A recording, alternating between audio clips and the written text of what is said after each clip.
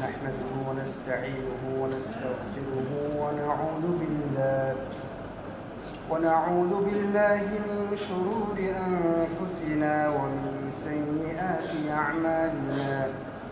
من يهده الله فلا مضل له ومن يضلل فلا هادي له، وأشهد أن لا إله إلا الله وحده لا شريك له، وأشهد أن نبينا محمدا عبده ورسوله. أما بعد، فإن خير الحديث كتاب الله، وخير الهدي هدي محمد صلى الله عليه وسلم، وشر الأمور محدثاتها، وكل محدثة بدعة، وكل بدعة ضلالة، وكل ضلالة في النار. أعوذ بالله من الشيطان الرجيم. وقل اعملوا فسيرى الله عملكم ورسوله والمؤمنون، وستردون إلى عالم الغيب والشهادة فينبئكم بما كنتم تعملون. সমস্ত প্রশংসা মহান রব্বুল আলামিনের জন্য। দুরূদ এবং সালাম পেশ করছি নবী মুহাম্মদ সাল্লাল্লাহু আলাইহি ওয়াসাল্লামের উপর। সম্মানিত মুসল্লিবৃন্দ, আজকের জুমার খুতবার বিষয় নিশ্চয় আপনারা সোশ্যাল মিডিয়ার কল্যাণে অবগত হয়েছেন। যেহেতু আজকে আমাদের এখানে ইয়ুথ কনফারেন্স আছে, যুবকদের সমাগম বেশি, যারা বয়সে যুবক, এর পাশাপাশি যারা মনের দিক দিয়ে যুবক তারাও এখানে আছে। সেজন্য আজকের বিষয় যৌবনকালের কৈফিয়ত। শুরুতেই বলে রাখি, আমাদের কনফারেন্স 5:30 থেকে হবে এবং এশা পর্যন্ত মোটামুটি চলবে। অনেকজন এখানে আছেন যারা অংশগ্রহণ করবেন। বিশেষ করে যুবকদের জন্য অনেক খোরাক এখানে থাকবে। সেজন্য যারা রেজিস্ট্রেশন করেছি বা করিনি তারা সবাই ইনশাআল্লাহ এই কনফারেন্সে থাকবো বিইজনিল্লাহি তাআলা। 5:30 থেকে 10টা পর্যন্ত। খুতবা শুরুতেই দাওয়াতটা দিয়ে দিলাম, হয়তো আরেকবার স্মরণ করাতে পারি শেষের দিকে। তো যুবকদের নিয়ে আজকে কাজ, তো সেই জন্য বিষয়টাও তাই, যৌবনকালের কৈফিয়ত। উল্লেখিত বিষয়ে কোরআন হাদিস এবং সালাফে সালিহিনের জীবন চরিত থেকে আমরা গুরুত্বপূর্ণ কিছু তথ্য নিয়ে যাব এবং সেগুলো প্র্যাকটিসের চেষ্টা করব বিইজনিল্লাহি তাআলা। আমরা আলোচনার শুরুতে যৌবনকাল কি এটা একটু দেখে নেওয়ার চেষ্টা করব। যৌবনকাল হচ্ছে প্রাপ্তবয়স্ক হওয়ার পর থেকে নিয়ে 40 বছর পর্যন্ত এই যে সময়টা, এটাকে বলা হয় যৌবনকাল। আর ইসলামী শরিয়াতে একজন মানুষ কখন প্রাপ্তবয়স্ক হয়, 3টা কমন আলামত আছে। একটা হলো যখন কারো লজ্জাস্থানের পশম ওঠে তখন সে প্রাপ্তবয়স্ক হয়, ছেলে হোক বা মেয়ে হোক। অনুরূপভাবে ছেলে হোক মেয়ে হোক, স্বপ্নদোষ যখন শুরু হয় তার মানে সে প্রাপ্তবয়স্ক হয়ে গেছে। মেয়েদের জন্য স্পেশাল আরেকটা আছে, তাদের মাসিক স্রাব এটা যদি শুরু হয় বুঝতে হবে সে প্রাপ্তবয়স্ক হয়ে গেছে। এই তিনটা আলামতের কোনোটাই যদি প্রকাশ না পায় কিন্তু ছেলে বা মেয়ের বয়স 15 বছর পূর্ণ হয়ে যায়, তবুও সে প্রাপ্তবয়স্ক। এই সময় থেকে নিয়ে 40 বছর হওয়া পর্যন্ত আমরা এই পুরো সময়টাকে যৌবনকাল হিসাবে ইসলামের দৃষ্টিতে সংজ্ঞায়িত করতে পারি। সূরা আল আহকাফে 15 নম্বর আয়াতে যদি আপনি খেয়াল করেন, সেখানে এদিকে ইঙ্গিত আছে, হাত্তা ইযা বালাগা আশুদ্দাহু ওয়া বালাগা 40 সানা, যখন সে শক্তির পূর্ণ জায়গায় উপনীত হয় এবং 40 বছরে পৌঁছে যায়। যদিও জাতিসংঘ কনভেনশন অফ চাইল্ড রাইটসের নাম করে, শিশু অধিকার সনদের নাম করে আমাদের উপরে শিশুর একটা সংজ্ঞা চালিয়ে দিয়েছে, তারা চাপিয়ে দিয়েছে। সেটা হচ্ছে একজন মানুষ 18 বছর বয়স পর্যন্ত শিশু থাকে। এটা হলো জাতিসংঘের সংজ্ঞা। এর দ্বারা অনেক উদ্দেশ্য আছে, খারাপ উদ্দেশ্য। তার মানে এই বয়স যদি গোটা মুসলিম বিশ্ব না, সারা পৃথিবীতে চাপিয়ে দেওয়া যায় এবং এটা মানুষকে খাওয়ানো যায়, তাহলে এর আগে বিয়ে দিলেই ওটা হলো চাইল্ড ম্যারেজ, বাল্যবিবাহ, শিশু বিবাহ। ওকে ধরা যাবে, আইনের আওতায় আনা যাবে। এইভাবে মুসলিম সমাজে নষ্টামি, নোংরামি, জেনা, ব্যভিচার ইত্যাদি ছড়িয়ে দেওয়ার জন্য ওরা একেবারে ফাঁদ পেতে বসে আছে এবং সেই ফাঁদে আমরা অলরেডি পা দিয়েছি। যাই হোক, এটা আমাদের আজকের আলোচ্য বিষয় না, সেজন্য এদিকে আমি যাচ্ছি না। আমাদের খুব লজ্জা লাগে যখন দেখি যে প্রাপ্তবয়স্ক ছেলে মেয়ের বিয়ে হচ্ছে আর সেখানে থানা গিয়ে আইনের নামে, বাল্যবিবাহ আইন 2017 নাম দিয়ে সেখানে গিয়ে হানা দিচ্ছে। আর স্কুলে 15-17 বছরের ছেলে মেয়েরা চুটিয়ে প্রেম করছে,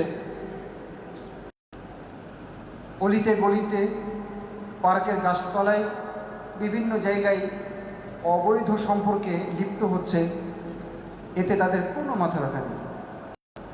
মূলত ওরা এটাই চেয়েছিল, একদিক দিয়ে মুসলিম কমিউনিটি, মুসলিম সমাজকে নষ্ট করা, অন্য দিক দিয়ে মুসলিমদের যে পপুলেশন, তাদের যে জনগোষ্ঠী, জনসংখ্যা, এটাকে কিভাবে সংকুচিত করা যায় সেই প্ল্যান। দুঃখজনকভাবে আমরা এই প্ল্যানে তাদের ফাঁদে অলরেডি পা দিয়েছি। এখান থেকে বেরিয়ে আসতে হবে। আমরা রাষ্ট্রীয় আইন, জাতিসংঘের আইন কেবল তখনই মানতে পারি যখন সেটা ইসলামের বিরুদ্ধে যাবে না। সেগুলো শুধু ইসলামের বিরুদ্ধে গেলে সেই আইনগুলোকে আমরা পায়ে বলতে বাধ্য হব, কোনো কেয়ার করব না। এটা আমাদের সমাজকে বুঝতে হবে, আমাদের সরকারকে বুঝতে হবে, আমাদের প্রশাসনকে বুঝতে হবে। যত আগে বুঝবো তত ভালো। যে পুলিশটা আজকে ধরতে গেছে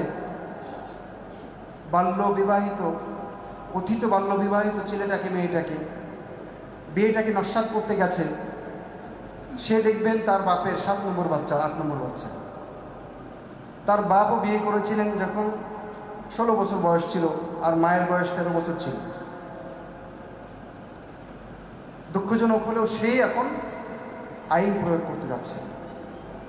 যাই হোক, আমি ওইদিকে আর না ঢুকি।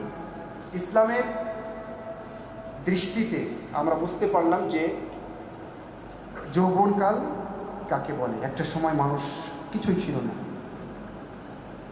হাল আতা আলাল ইনসানি হিনুম মিনাদ দাহর লাম ইয়াকুন শাইআন মাযকুরা, মানুষ উল্লেখ করার মতো কিছুই ছিল না। সেই জায়গা থেকে মহান রব্বুল আলামিন মানবতাকে, মানব জাতিকে, আমাকে আপনাকে অস্তিত্বে এনেছেন।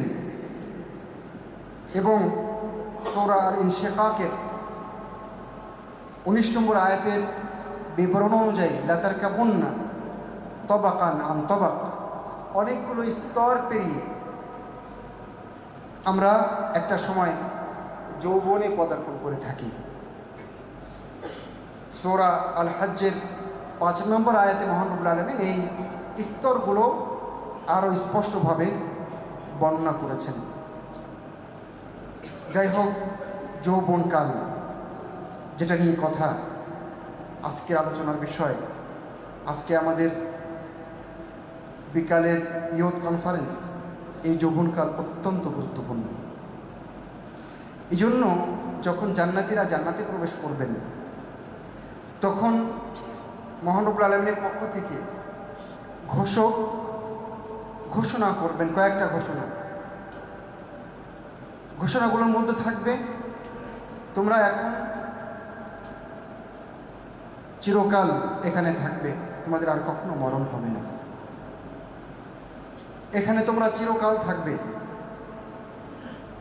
এবং সবসময় তোমরা সুস্থ থাকবে, কোনো ধরনের শারীরিক মানসিক অসুখ তোমাদেরকে আক্রমণ করবে না।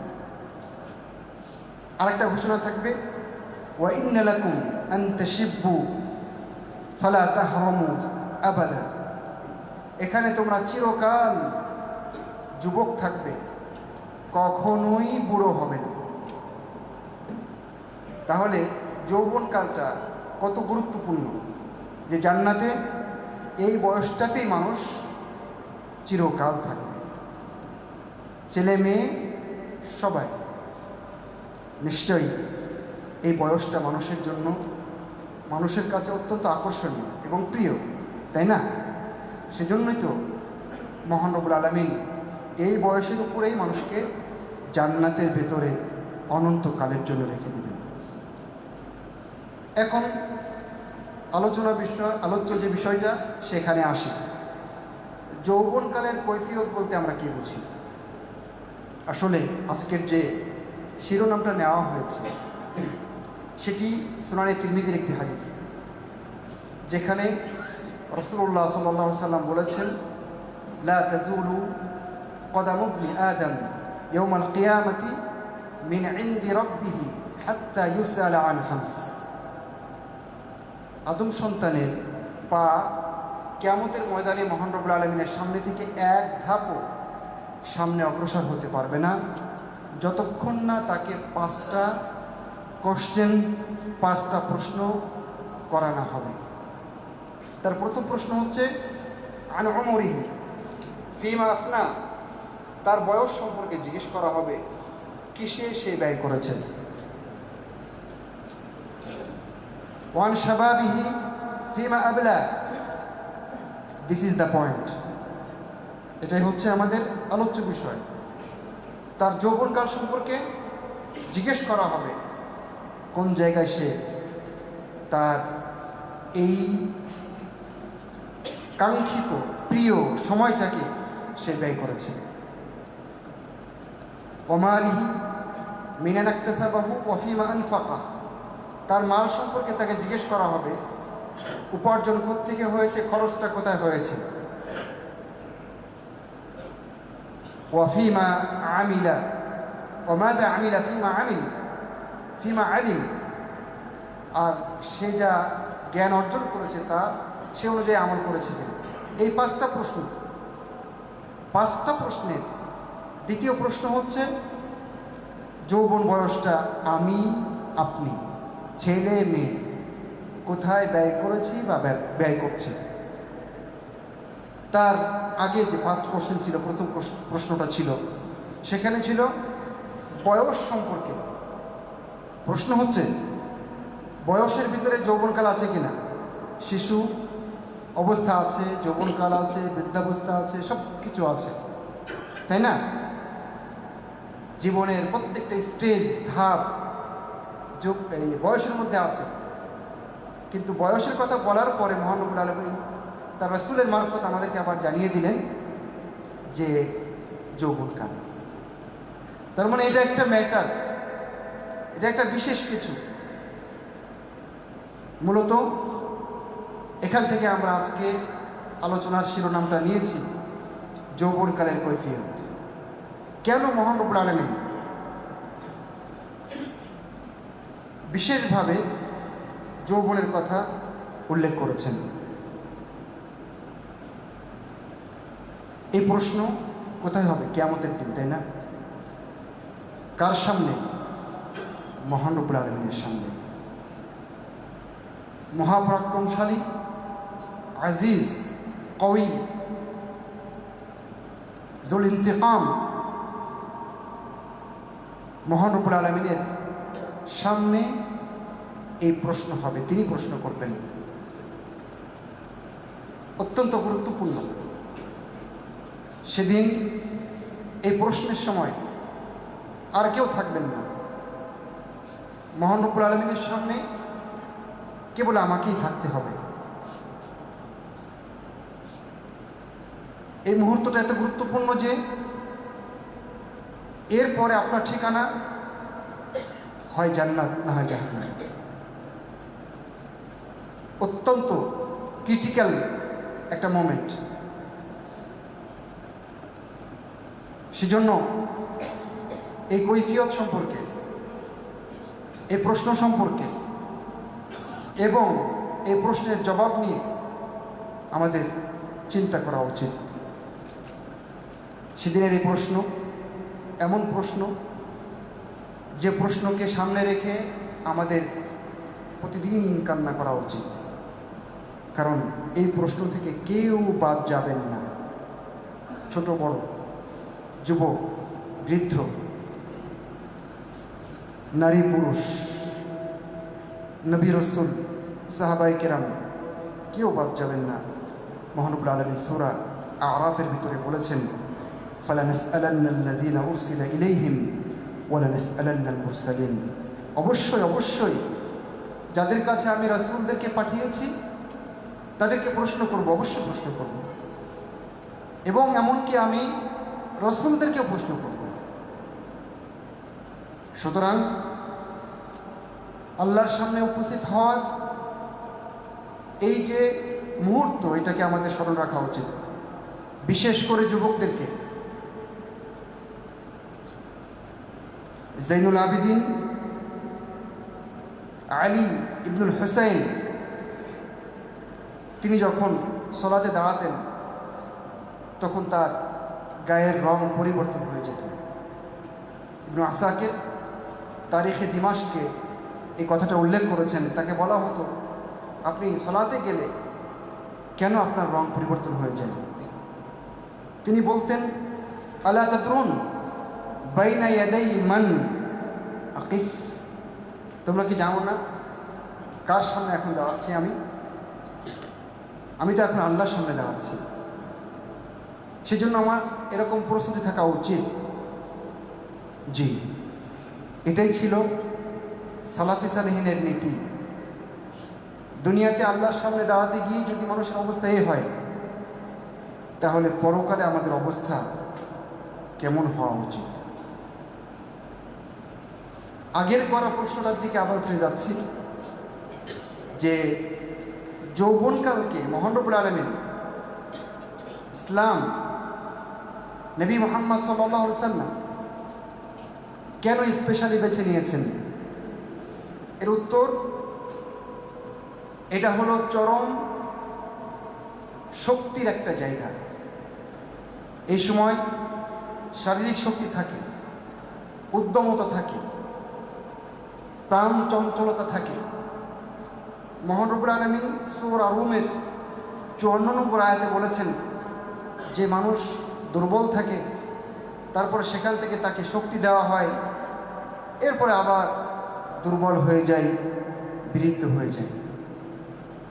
তাহলে যৌবনকাল শক্তির, একজন মানুষের জীবনের শক্তির সর্বোচ্চ একটা জায়গা। যে সময় মানুষ সুস্থ থাকে, তার অঙ্গ প্রত্যঙ্গ সবগুলো ঠিকঠাক মতো কাজ করে, তার ব্রেন সর্বোচ্চ জায়গায় থাকে। কবি নজরুলের ভাষায় সে সময় মানুষ বলে মনে মনে থাকবো না খুব বদ্ধ ঘরে, দেখবো এবার জগৎটাকে কেমন করে ঘুরছে মানুষ যুগান্তরের ঘূর্ণি পাকে। যৌবনকাল এই সম্পর্কে কেন জিজ্ঞেস করা হবে? কারণ এই সময় আমার শক্তি, আমার সামর্থ্য তুঙ্গে থাকে। এই সময় আমি অনেক কিছু করতে পারি, অনেক কাজ আমি করতে পারি। এই সময় আমি অনেক ইবাদত অনায়াসে করতে পারি। এই সময় আমি সমাজকে পরিবর্তন করে ফেলতে পারি। এই বয়সে আমি চাইলে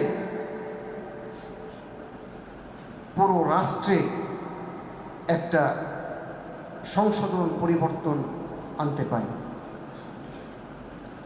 এই জন্য এই সময়টা অত্যন্ত গুরুত্বপূর্ণ এবং এটা মহানবুল আলমীর পক্ষ থেকে অনেক বড় নিয়ামত। এই জন্যই তো রাসূলুল্লাহ সাল্লাল্লাহু আলাইহি সাল্লাম আরেকটি হাদিসে বলেছেন, ইগতানিম খামসান ক্বাবলা খামস, 5টা মুহূর্ত আসার আগে 5টা মুহূর্তকে কাজে লাগাও। বলতে গিয়ে রাসূলুল্লাহ সাল্লাল্লাহু আলাইহি সাল্লাম বলেছেন, শাবাবাকা ক্বাবলা হারামিক, বড় হয়ে যাওয়ার আগে যৌবনকালকে কাজে লাগাও। ইগতানিম এমন একটা শব্দ ব্যবহার করা হয়েছে যে এই মুহূর্তটা খুবই সংক্ষিপ্ত, যৌবনকালটা খুবই সংক্ষিপ্ত, সেদিকে আমি পরে যাব ইনশাআল্লাহ। তো যাই হোক, এই সময়টা অনেক বড় নিয়ামত। এই সময় অনেক কিছু করা যায়, কারণ আমি আপনি শক্তির সর্বোচ্চ জায়গায় থাকি, শারীরিক শক্তির টকবকে রক্ত থাকে, এবং এটা আল্লাহর পক্ষ থেকে অনেক বড় নিয়ামত। যার কারণে আমি কি করছি, কি করেছি, তার স্পেশাল একটা হিসাব থাকা চাই। যার কারণে রাসূলুল্লাহ সাল্লাল্লাহু আলাইহি সাল্লাম এবং ইসলাম যৌবনকালের বিশেষ কৈফিয়ত তলব করবেন।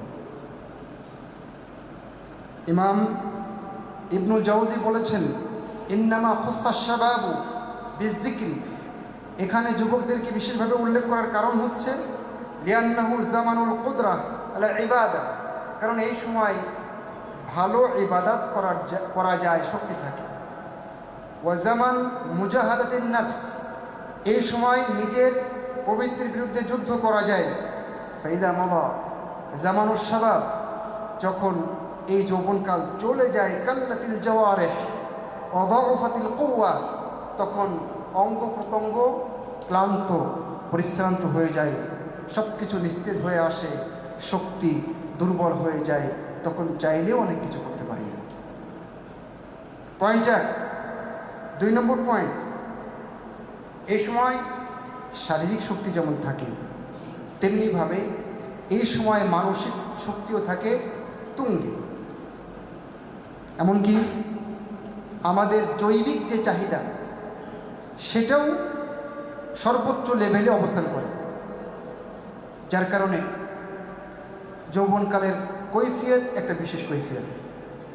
এই বয়স সম্পর্কে প্রশ্ন এটা হওয়া উচিত ছিল এবং সেটাই হয়েছে। এই সময়ে মানুষের ভেতরে জৈবিক চাহিদা পূরণের যে তীব্র আকাঙ্ক্ষা এবং তার শারীরিক চাহিদা পূরণের যে সক্ষমতা, এটা সর্বোচ্চ লেভেল অতিক্রম করে। আর এই জন্যই তো রাসূলুল্লাহ সাল্লাল্লাহু আলাইহি সাল্লাম যুবকদেরকে বলেছেন, ইয়া মা'শারাশ শাবাব মান ইসতাতা'a মিনকুমুল বা'a ফালিয়াতাযাওয়াজ, তোমাদের ভিতরে যাদের সামর্থ্য আছে তারা যেন বিয়ে করে নেয়, যদি না পারো তাহলে এই সময়ে এই পিরিয়ডটা তো তোমাকে নিয়ন্ত্রণে রাখতে হবে, তাহলে বেশি বেশি সিয়াম রাখো। আর ওরা বলেছে যে 18 হলে বুড়ি নয়, 20-এর আগে বিয়ে নয়।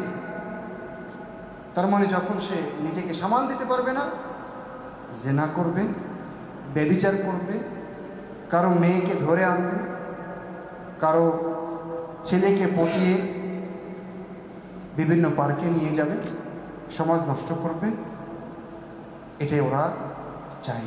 আর ইসলাম বলেছে না, ও প্রাপ্তবয়স্ক হয়েছে, সামর্থ্য আছে, শারীরিক সামর্থ্য আছে, বউকে চালাতে পারবে, বিয়ে দিয়ে দাও, সমাজ ভালো থাকবে, নিশ্চিত সমাজ ভালো থাকবে। সম্মানিত উপস্থিতি, 2 নম্বর কারণ হচ্ছে, এখানে একটু বলে রাখি, যেহেতু এই সময়টা নিজেকে নিয়ন্ত্রণ করা কঠিন, সেজন্য এই সময়ে ইবাদত করলেও এটা মহান রব্বুল আলামিনের কাছে অনেক বেশি দাম। সাবাতুন ইউযিল্লুহুমুল্লাহু ফি যিল্লি, 7 শ্রেণীর মানুষকে মহান রব্বুল আলামিন তার ছায়া আশ্রয় দেবেন না কালকে কিয়ামতের ময়দানে। তার এক শ্রেণী হচ্ছে শাবুন নাশাআ ফি তাআতিল্লাহ আও ফি ইবাদাতিল্লাহ, সেই যুবক যে আল্লাহর ইবাদতে বড় হয়, তাকে মহান রব্বুল আলামিন স্পেশালি তার আরশে আশ্রয় দান করবেন। মহান রব্বুল আলামিন যেন আমাদের প্রত্যেকটা যুবককে এই তৌফিক দান করেন, আল্লাহুম্মা আমিন। সম্মানিত উপস্থিতি, যৌবনকালের এই স্পেশাল কৈফিয়ত কেন? কারণ এইটা হলো ভবিষ্যৎ গড়ার সময়, এটা হলো কাজের মূল সময়। বুঝতে পেরেছেন? যারা এই সময় কাজ করবে তাদের ভবিষ্যৎ ভালো হবে, ইহকাল এবং পরকাল দুটোই। সুতরাং মানুষ দুনিয়াতে বেঁচে থাকতে তার ভবিষ্যৎ লাগে, এই ভবিষ্যৎ গড়ার মূল জায়গাটা হচ্ছে এই যৌবনকাল। অনুরূপভাবে মানুষকে মারা যেতে হবে, সেখানকার জন্য পুঁজি দরকার। এই পুঁজিও গড়ার, পুঁজি সঞ্চয়ের মূল জায়গা হচ্ছে এই যৌবনকাল। একটা সময় চাইবেন কিন্তু আপনি হজ করতে পারবেন না, তওয়াফ করতে পারবেন না, সাই করতে পারবেন না। একটা সময় চাইবেন বেশি বেশি করে সিয়াম রাখবেন, পারবেন না। রাত্রি জেগে জেগে ইবাদত করতে চাইবেন, পারবেন না। চাইবেন অনেক সময় রুকুতে থাকবেন, সাজদায় থাকবেন, পারবেন না। কোমরে ব্যথা হবে, বাঁকা হতে পারবেন না। একটা সময় চাইবেন যে আমি দুনিয়াতে এই করি, এই ভালো কাজ করি, পারবেন না। সেজন্য এটা হলো কাজের মূল সময়। ইবনে রাজাব আল হাম্বলি তিনি বলেছেন, মান আহসানা ফি শাবাবিহি আহসানাল্লাহু ইলাইহি ফি শাইবাতিহি আও ফি শিবাতিহি, যে ব্যক্তি তার যৌবনকালকে সুন্দরভাবে নেয়, গুছিয়ে নেয়, এটাকে ভালোভাবে দেখে, মহান রব্বুল আলামিন তার বৃদ্ধকালকে সুন্দরভাবে গুছিয়ে দিবেন। ওমান হাফিজাল্লাহ ফি হালি কুওয়াতি হাফিজাহুল্লাহু ফি হালি দাফি, যে ব্যক্তি আল্লাহর বিধিনিষেধ, আল্লাহর আদেশ নিষেধ হেফাজত করবে, মেনে চলবে, তার শক্তি সামর্থ্যের বয়সে মহান রব্বুল আলামিন তার বৃদ্ধাবস্থায় তাকে হেফাজত করবেন। সুতরাং এই যে সময়টা, এটা হলো কাজের সময়। হাফেজ ইবনু কাসির রাহিমাহুল্লাহ তার বিদায়া ওয়ান নিহায়াতে বলেছেন, তিনি যখন আবু তাইয়িব আত-তাবারির জীবনী বলতে গিয়েছেন, তখন তিনি বলেছেন যে আবু তাইয়িব আত-তাবারি তিনি 102 বছর বেঁচে ছিলেন, তারপরে মারা গিয়েছেন। তো এই বয়সেও তিনি পূর্ণ ব্রেনের অধিকারী ছিলেন, তার শারীরিক সক্ষমতা পূর্ণ ছিল। একদিন নৌকায় উনি চড়েছিলেন, নৌকা থেকে নামার সময় এমন জোরে লাফ দিয়েছেন ওই বয়সে যে যুবকরাও এই কাজ করতে গেলে বুক কেঁপে উঠবে। তখন তাকে বলা হয়েছিল, মা হাযা ইয়া আবু তাইয়িব, আবু তাইয়িব তাবারি, এটা কি এই বয়সেও? উনি বলেছেন, হাযিহি আ'দাউন হাফিজনাহা ফিশ শাবীবাতি তানফাউনা ফিল কিবারি, এই অঙ্গগুলো যৌবন বয়সে হেফাজত করেছিলাম যাতে করে এই বয়সে সেটা আমাদের কাজে আসে। সম্মানিত উপস্থিতি, বলছিলাম এটা হলো কাজের সময়। সে কারণে রাসূলুল্লাহ সাল্লাল্লাহু আলাইহি সাল্লাম যুবকদেরকে কাজে লাগিয়েছেন। মুসাব ইবনে উমাইর টকবগে যুবক মানুষ, তাকে তিনি মদিনাতে ইসলাম প্রচারের জন্য প্রথম সফীর দূত হিসাবে পাঠিয়েছিলেন এবং তার হাত ধরে মদিনার প্রায় বেশিরভাগ বাড়িতে ইসলাম প্রচার ঢুকে গিয়েছিল এবং আনসারদের বড় বড় ব্যক্তিত্ব তার হাতে ইসলাম গ্রহণ করেছিলেন। নবী মুহাম্মদ সাল্লাল্লাহু আলাইহি সাল্লাম যুবক বয়সী আরেকজন সাহাবী মুআয ইবনে জাবাল, 30-এর কাছাকাছি বয়স, এই সময় তাকে ইয়েমেনে পাঠিয়েছিলেন এবং বলেছিলেন, ইন্নাকা তা'তি কওমান আহলা কিতাব, তুমি যাচ্ছ এমন কওমের নিকটে যারা হচ্ছে আহলে কিতাব, তুমি এই কাজ করবে। নবী মুহাম্মদ সাল্লাল্লাহু আলাইহি সাল্লাম বড় বড় সাহাবী থাকতেও উসামা ইবনে যায়েদ রাদিয়াল্লাহু তাআলা আনহুমাকে সেনাপতি হিসাবে পাঠিয়েছিলেন। তখন তার বয়স 20 হয়নি, 18 বছর। নবী মুহাম্মদ সাল্লাল্লাহু আলাইহি সাল্লাম যখন হুনাইনের যুদ্ধে যান, তখন আত্তাব ইবনে উসাইদকে রাদিয়াল্লাহু তাআলা আনহু মক্কার গভর্নরের দায়িত্ব দিয়ে যান। তখন তার বয়স ছিল মাত্র 25 বছর। এভাবে যুগে যুগে যুবকরা অনেক কিছু করেছে, কারণ এটাই কাজের বয়স। মুহাম্মদ ইবনুল কাসেম আস-সাকাফি, মুহাম্মদ বিন কাসেম বলে আমরা যাকে ইতিহাসে চিনি, এই যে পুরো আমাদের সিন্ধু যে পুরো অঞ্চলটা তিনি জয় করেছিলেন, তখন তার বয়স মাত্র 17 বছর। কনস্টান্টিনোপল যিনি জয় করেছিলেন, যার হাত ধরে বিজেতা দুঃসাহসিক একজন ব্যক্তিত্ব মুহাম্মদ আল ফাতেহ, তখন কেবলমাত্র তিনি 20 বছর অতিক্রম করেছেন। সবচেয়ে শক্তিশালী দুর্গ তার হাত দিয়ে ভেঙেছে শত্রু বাহিনীর। এইভাবে যদি আমরা দেখি, ইমাম শাফি রাহিমাহুল্লাহ যখন তিনি ফতোয়ার জন্য ইলমি হালাকায় বসতে শুরু করেন, মানুষকে ফতোয়া দিতে শুরু করেন, তখন তার বয়স মাত্র 17 বছর, 16-17 এরকম। তাহলে এইটা হলো কাজের বয়স। সর্বশেষ পয়েন্ট, কেন যৌবনকালকে বিশেষভাবে বেছে নেওয়া হয়েছে? কারণ এই সময়ে দুটো জিনিস থাকে, একটা হলো as-sihha wal farag, as-sihha wal farag, সুস্বাস্থ্য এবং অবসর। আর এই দুইটা সম্পর্কে মানুষ প্রতারিত হয়, ধোঁকায় পড়ে। সেজন্য ইসলাম এই সময়টাকে বিশেষভাবে কৈফিয়তের জন্য বেছে নিয়েছে। যুবকরা যদি এই সময়টাকে কাজে না লাগায়, তাহলে নিশ্চিতভাবে তারা ক্ষতিগ্রস্ত হবে ইহকালে এবং পরকালে। বলা হয়ে থাকে, আল ওয়াক্তু কাস-সাইফি ইল্লাম তাকতাহু কাতাআক, সময় হচ্ছে, এটা হলো তরবারির মতো, যদি তুমি তাকে কাটতে না পারো, ও তোমাকে কেটে ফেলবে। সেজন্য বিশেষ করে যুবকদের প্রস্তুতি গ্রহণ করতে হবে এবং তাদের এই সময়টাকে কাজে লাগাতে হবে। ইনশাআল্লাহ খুতবার পরবর্তী অংশে গিয়ে আর একটা কথা বলে আমাদের খুতবা শেষ করব। আপাতত এখানে কথা শেষ করছি। আকুলু কওলি হাযা ওয়া আস্তাগফিরুল্লাহ লি ওয়া লাকুম ওয়া লিসাইরিল মুসলিমিন।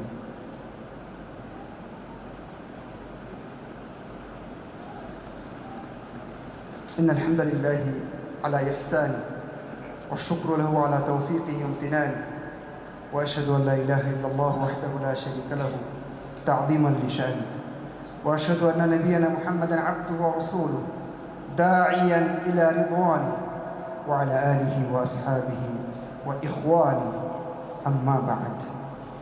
তাহলে এখন এই যে প্রশ্ন এবং তার যৌক্তিকতা, এটা আমরা জানলাম, কিন্তু প্রশ্ন হচ্ছে আমাদের তাহলে কি করণীয়? যুবকদের তাহলে কি করণীয়? আমরা দেখেছিলাম একটু আগে যে এটা হলো কাজের সময়, তাই না? মূল কাজের সময় এটাই।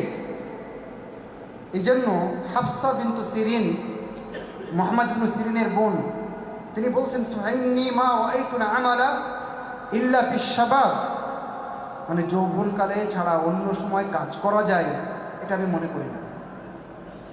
তাহলে এটা হচ্ছে মূল কাজের সময়। যদি তাই হয় তাহলে কাজের এই সময় সম্পর্কে কিয়ামতের দিনে মহান রব্বুল আলামিনের সামনে প্রত্যেককেই জিজ্ঞাসিত হওয়া এবং সেই প্রশ্নের জবাব দেওয়ার জন্য প্রস্তুতি গ্রহণ করা,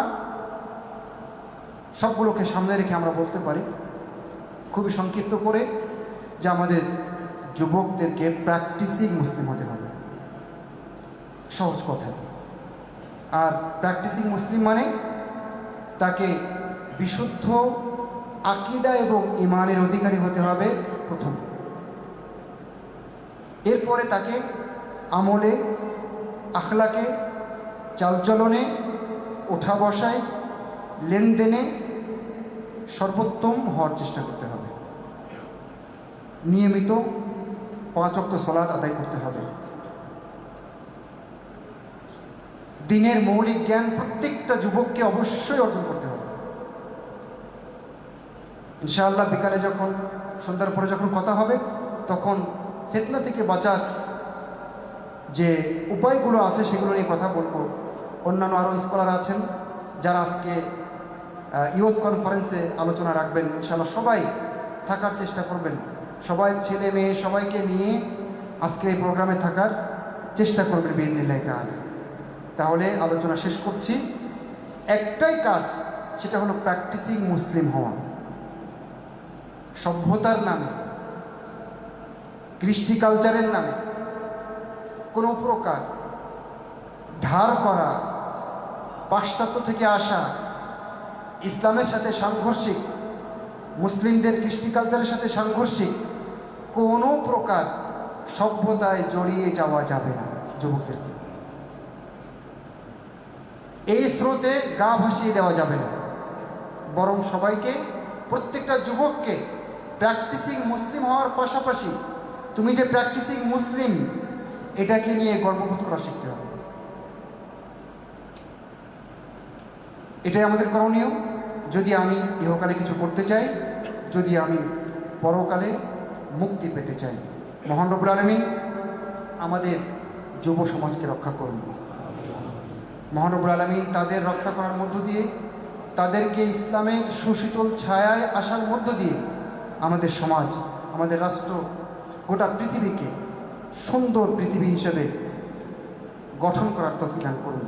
আল্লাহুম্মা আমিন। আকুলু কওলি হাযা ওয়া আস্তাগফিরুল্লাহা লি ওয়া লাকুম ওয়া লিসাইরিল মুসলিমিন। হাযা আল্লাহু তাআলা আ'লাম ওয়া আহকাম। ওয়া সাল্লাল্লাহু ওয়া সাল্লামা আলা নাবিয়িনা মুহাম্মদ ওয়া আলা আলিহি ওয়া সাহবিহি আজমাইন। قوموا للصلاة.